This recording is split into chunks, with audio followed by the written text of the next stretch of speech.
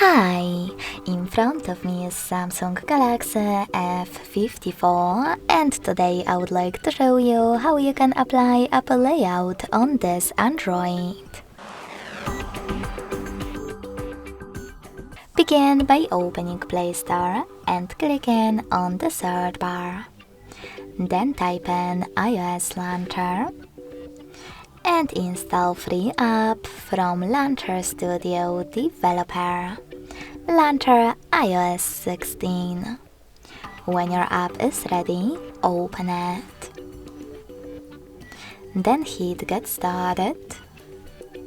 Click on I agree to terms and conditions. And then select Continue twice.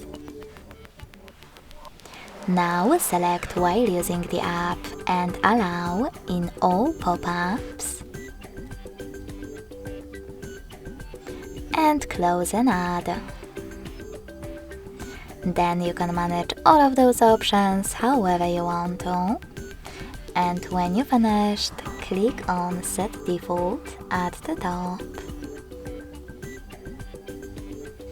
Then to apply iOS Launcher, click on it in Default Home App Settings.